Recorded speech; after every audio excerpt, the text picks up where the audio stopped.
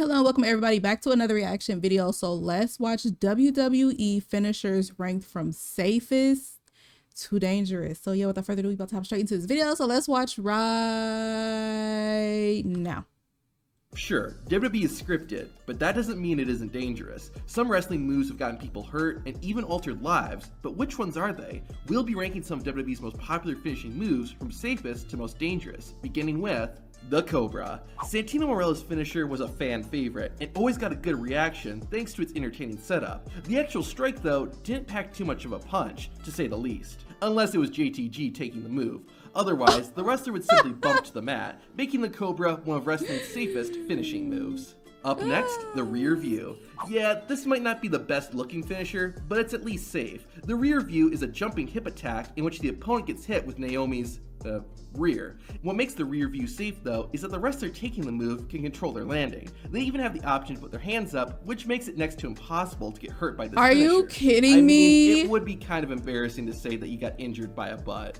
Another that is hilarious, bro. This finisher has been used by several wrestlers over the years. These finishers are hilarious. Usually the dark and creepy ones. The mandible claw involves the aggressor placing their ring fingers under the opponent's tongue, while the thumb and palm force the jaw upwards. The pain felt in the nerves under the tongue is said to be so strong that it eventually causes a blackout. In reality, it's unlikely that the wrestler applies too much pressure when using the finisher to make things as safe as possible. Oh, we up the danger a bit with the cutter or RKO. This is another finisher used by multiple wrestlers, but is mostly associated with Randy Orton. The RKO involves the wrestler taking the move, bumping onto their stomach. At the same time, the aggressor takes a back bump while hanging onto the opponent in the form of a reverse headlock. The key to performing this move safely is for both wrestlers to spread out their bodies while also landing as flat as possible, thus making it a routine bump to the mat for both wrestlers. Hitting the move in midair certainly ups the ante, but the technique pretty much remains the same. As long as both wrestlers land flat, the cutter or RKO doesn't hurt that bad and has very little risk of injuring someone.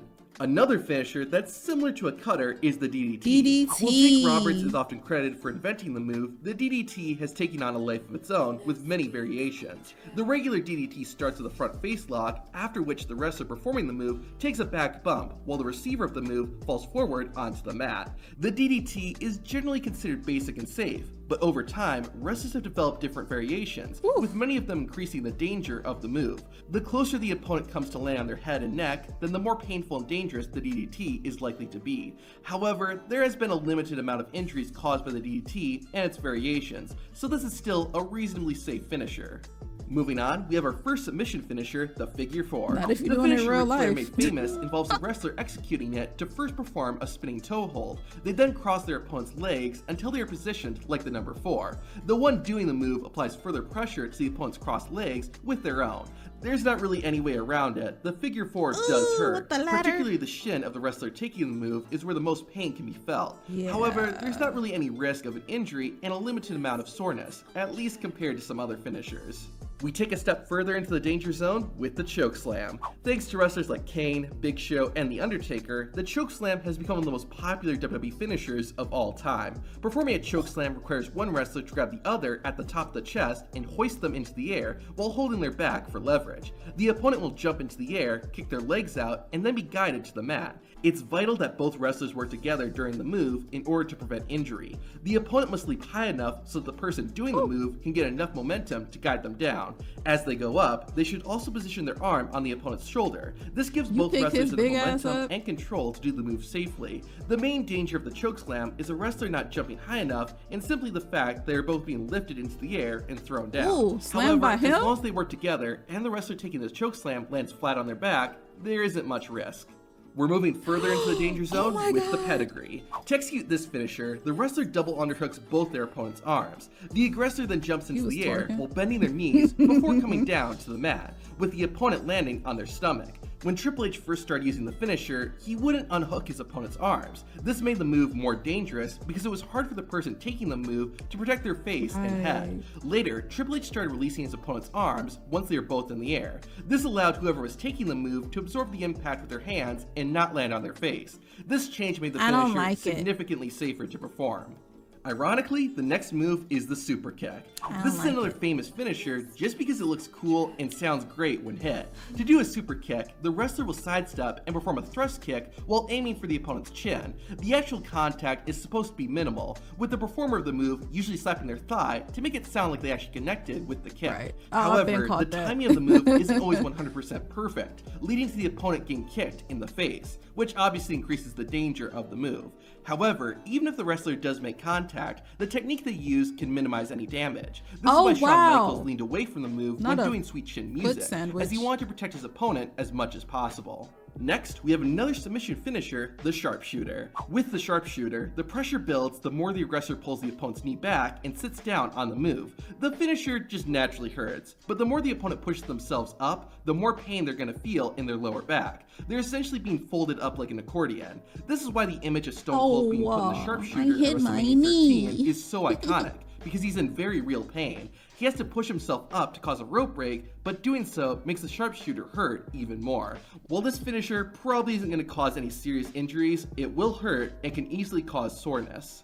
Going further towards the red, we have the GTS. The go to sleep, or GTS for short, sees a wrestler bring their opponent over their shoulders in a fireman's carry position. They then drop them onto their knee as it collides with their face. Timing is key, as the opponent's feet hit the mat at the same time they make contact with the knee. The safest way to execute this finisher, though, is by having the opponent make contact more with the thigh rather than the center of the knee. If the move is mistimed, or the wrestler's face collides closer to the point of the knee, then it can result in an injury, such as a broken nose. Next up is the spear. To perform a spear, a wrestler will run at their opponent, driving their shoulder high into the midsection and sweeping their legs out from under them as they both fall to the mat. The move plays out much like a spearing tackle in football, which is where the maneuver was adopted from.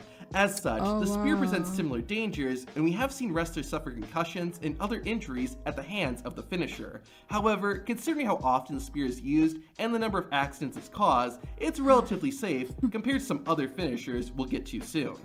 We're really getting to the more dangerous finishers now with the frog splash. Top rope moves are inherently dangerous, but the frog splash is one of the safest ones. The wrestler performing the move jumps from the top rope and tucks their knees into their chest. As they come down, the wrestler kicks their knees out so that they land stomach first across their opponent on the mat. The person taking the move will bring their arms close to their body to brace for impact and to avoid any injury that could happen if their arms or legs were sticking out. Their body position also ensures that the aggressor has a clear target, allowing them to land flat onto the opponent. While there is plenty of safety precautions, a number of injuries have been caused by the frog splash. In some cases, the person performing the finisher has gotten hurt. We're back on the ground for the next finisher, the powerbomb. The powerbomb positions the receiver's head between their opponent's thighs. They are then lifted up so their legs are hanging over the opponent's shoulders in a head scissors position. From this elevated height, the receiver will then take a back bump to the mat, aiming to land as flat as possible. Look how this can be a tough finisher to take, even if executed safely, as the wrestler crashes to the mat with a lot of force. It's kind of like their head bounces even more the taller the wrestler doing the move is. Adding to the danger is that the fact the person performing the powerbomb can't see where they are slamming their opponent. This usually isn't an issue when the powerbomb is done in the ring, but can be a serious risk when performed anywhere else. We've now entered the extremely dangerous finishers with the Styles Clash. The Styles Clash sees the wrestler performing the move, lifting their opponent by their midsection until they are held upside down. The aggressor will then lock the receiver's arms and legs and fall forward with the move, with the person taking the move landing flat on their stomach. To pull things off without injury, the person taking the finisher must not tuck in their chin. Instead, they must bring their head back so that it's directly facing the mat upon impact. This is why the Styles Clash is so dangerous. This is one of, if not the only wrestling move where you are not supposed to tuck in your chin. While it seems simple, the finisher goes against everything wrestlers are supposed to do. Because of this, there have been numerous instances of the Styles Clash causing serious injuries. At one point, the move was banned at WWE because of its high level of risk. Next, we have the infamous diving headbutt. This finisher involves a wrestler leaping from the top rope and spreading their arms and body out wide before landing flat on their stomach. Ironically, the person performing the move is at the most risk as their head and spine takes the majority of the impact. This can have detrimental effects, especially if the diving headbutt is performed over a long period of time. Famous users of the move, such as the Dynamite Kid, Chris Benoit, and Daniel Bryan, either suffered spinal injuries, brain injuries, or both throughout their careers. It's debatable whether or not each man's use of the diving headbutt was a direct cause of their injuries, but there is no doubt performing the move took a toll on their bodies. Despite this, the diving headbutt still has not been banned in WWE.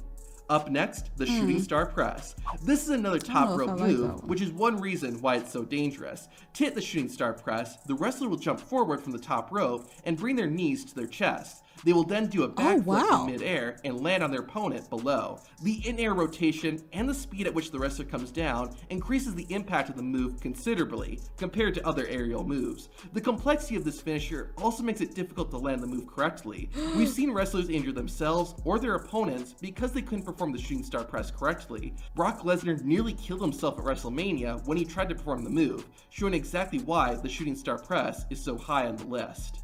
Now we are in the deep end with the vertebraker. I just want to pause real quick because I want to say, the first person, stop freezing. The first person who did that, I don't know that wrestler's name, but I like his form when he did it, if that makes sense, because he's shown, just like with Brock Lesnar, some people, when they did the spin or the flip or whatever, it was a little bit delayed.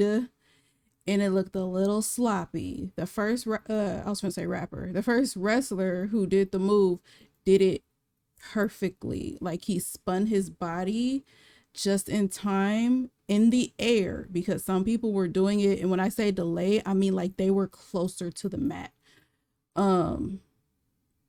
as they were spinning, if that makes sense, which increases the risk for them to possibly land on their head or on their neck. Oh my god, this makes me cringe. Just I hate seeing injury. Reason. The vertebraker positions the receiver of the move upside down with their legs over the opponent's shoulders while their arms are also hooked. From there, the only thing the person taking the move can do is tuck their chin so they land as safely as possible. The level of risk with this move is very high, as the wrestler performing the vertebraker is in full control and must have enough balance, strength, and coordination to land the move safely. Even if everything is done correctly, the receiver of the finisher is likely to land high on their shoulders. Similar to the powerbomb, any move where the person giving it can't see or is not in full control where their opponent lands is inherently dangerous. Thank you. The Hurricane briefly used the vertebraker in WWE after finding success with it in WCW. However, the move would soon be banned outright due to its danger and has never been brought back in WWE. It's worth noting though that the Hurricane never hurt or injured anyone when performing the vertebraker. And the most dangerous WWE finisher, the pile driver. To execute this move, a wrestler will lift their opponent by the midsection and hold them upside down. They then drop into a seated or kneeling position, making it look like the opponent has been driven head first into the mat. In reality, the opponent's head should be positioned above the knees so that it never touches the ground. The key word there is should be. There have been numerous times when the pile driver has gone wrong, which has led to career-altering neck injuries. If the timing is off by a fraction, it has the potential to cause serious injury. Owen Hart infamously gave Stone Cold Steve Austin a pile driver that broke Austin's neck and shortened his career. With some exceptions, like The Undertaker and Kane, the pile driver has been banned in WWE for years now, and it's easy to see why. Now, which WWE weapons are the safest and which are the most dangerous? You can find out by hitting the video on screen. OMG. Like I said, some of these, the timing for some of these moves just frightened me. Especially that one that I pointed out. I can't remember the name. But like the spinning in the air, you got to make sure that your timing is just right. Otherwise, you're going to fuck yourself up. Just like he said, Brock Lesnar almost, he fucked himself up with that. But yeah, guys, it's going to do it for this video. Actually, leave some comments down below. Let me know what you guys think. And I will see you on the next one. Bye.